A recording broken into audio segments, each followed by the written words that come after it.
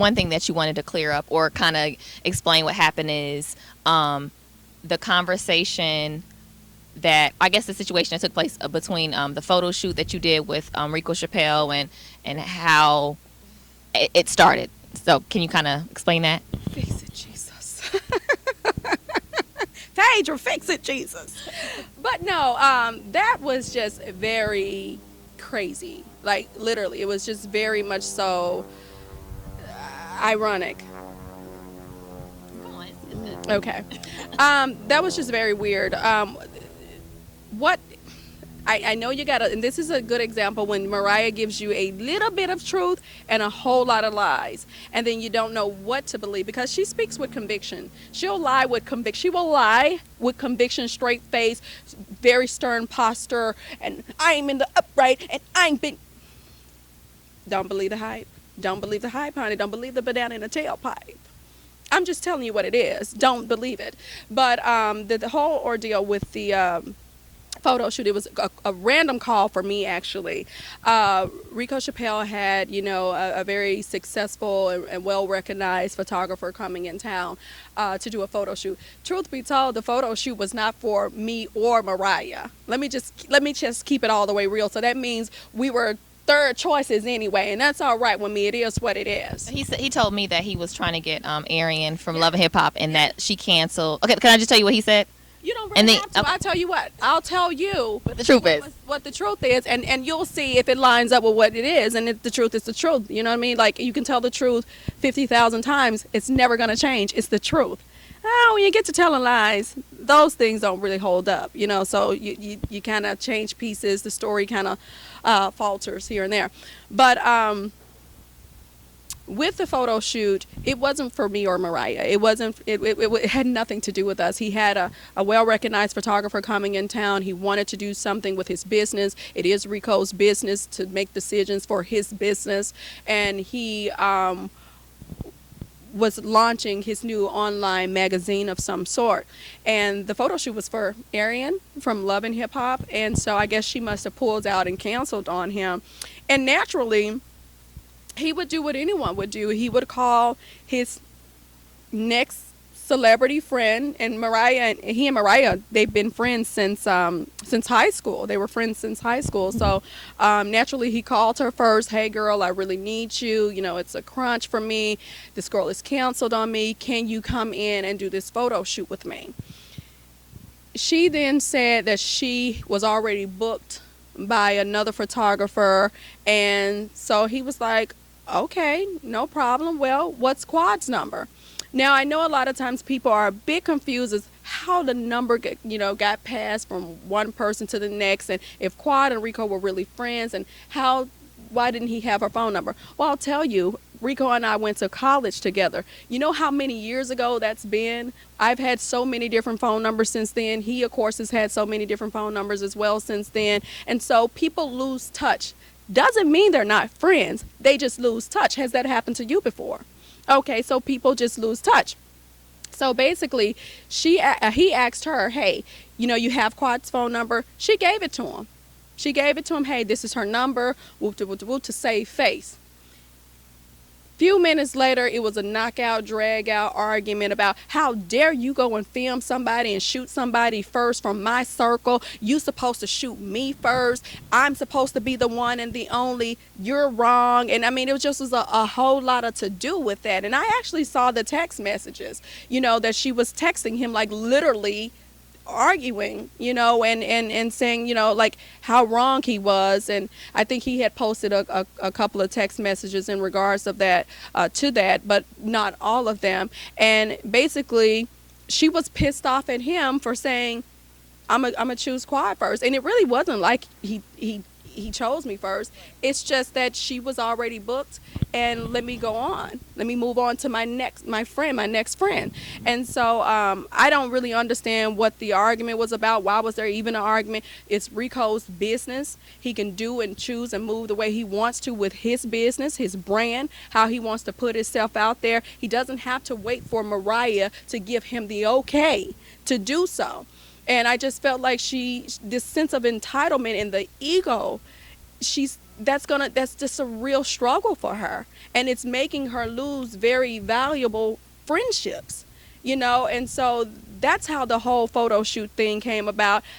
She ended up texting me like, y'all trying to do something sneaky. I'm like, sneaky? What's sneaky? I'm confused as to why do you feel like I have to sneak around you?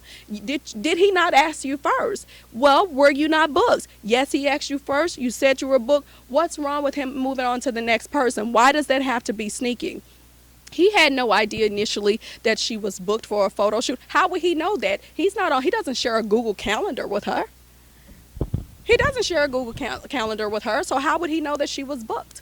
So I think it was just, again, Quad is getting the better interviews, and there were so many phone calls to production in regards to y'all booking Quad for the good interviews, and they're just like, no, they're requesting Quad. This is what they're requesting, Quad to be on CNN, the starting point. They're requesting her to be on all of the things that she's a part of. So what are you talking about? We can't, if they're requesting her and she's available, what we look like giving them you. They're asking for her. And I think that, along with the combination of the photo shoot, and she felt like, she was losing control of the show and wasn't the star of the show, it really just builds up envy and jealousy. And then, September the 30th, the whole physical assault was the byproduct of that. Is there anything else you want to address before we move on from the Mariah kind of situation? Just one more thing, and because I'm worn out, I'm so tired of it. Mariah has noted that I'm all about putting on a show, and I'm doing it for the cameras, and fame has changed me. Truth be told, guys, I never wanted to be famous. I never was interested in fame. I did this as a favor to a friend who came to me. I knew that I had some things that I needed to deal with and divulge, i.e., the personal situation that my husband, my fiance, and I had years ago. And so I wasn't just jumping at the opportunity, to be honest with you. But I did it for her, and so for her to turn around and say that I'm all about a show and I need attention, I don't really care about the attention. You guys don't have to look at me another day. And I mean that. I'm going to be okay regardless, because I know my mindset, I know my work ethic, and I know what I'm doing. So I would never sell out a friend for anything. No one could have ever told me anything about Mariah last season, and I would have went through the roof about her. And you guys seen it. I mean, I was the first person to jump into that fight to break up her and Toya. But at times last season, when I got into the situation with Toya and Carrie, I walked off. I came in that situation with my real hat on, and they had their reality TV hats on. So they had already been, coached up by Mariah, to do and say the things that that they said. And I wasn't really used to that, because I just had like dinners and cocktails with these women.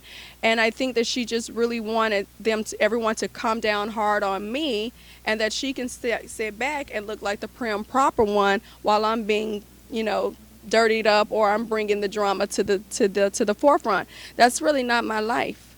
I really hate that I'm even going through this with her, because it's just too much energy. It's too much time. It's awful. It's ridiculous. But like Simone said and Heavenly said on Watch What Happens Live the other day, she loves attention. It doesn't matter if it's negative or what. She just loves attention. Mariah is definitely the type of person that will hit you and hide her hand, or even conjure up a situation and have other people to do her dirty work. I've seen it firsthand. What do you miss about your friendship with her?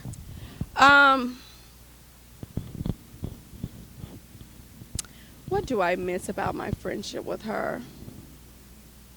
I mean, we kikied.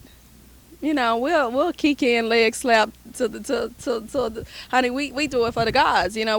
We would kiki and leg slap to the point of no return. So that's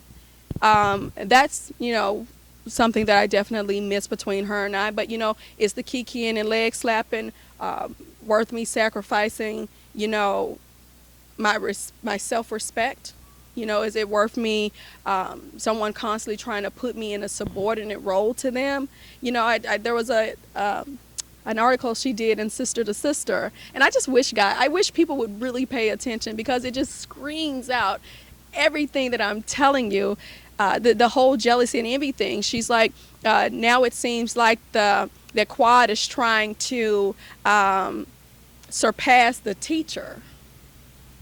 I had no idea that she was my teacher. Hell, I thought we were learning together. She was learning herself. I thought we were learning together. So I was really shocked when she said that she trained me. You know, who speaks like that about a friend? I would never talk like that about a friend. When you are a real friend to someone, you pour into their life. No matter. You don't talk about, I'm here and she's here. Well, you know what? I don't really believe that she believes that, because if she did, she wouldn't be so threatened.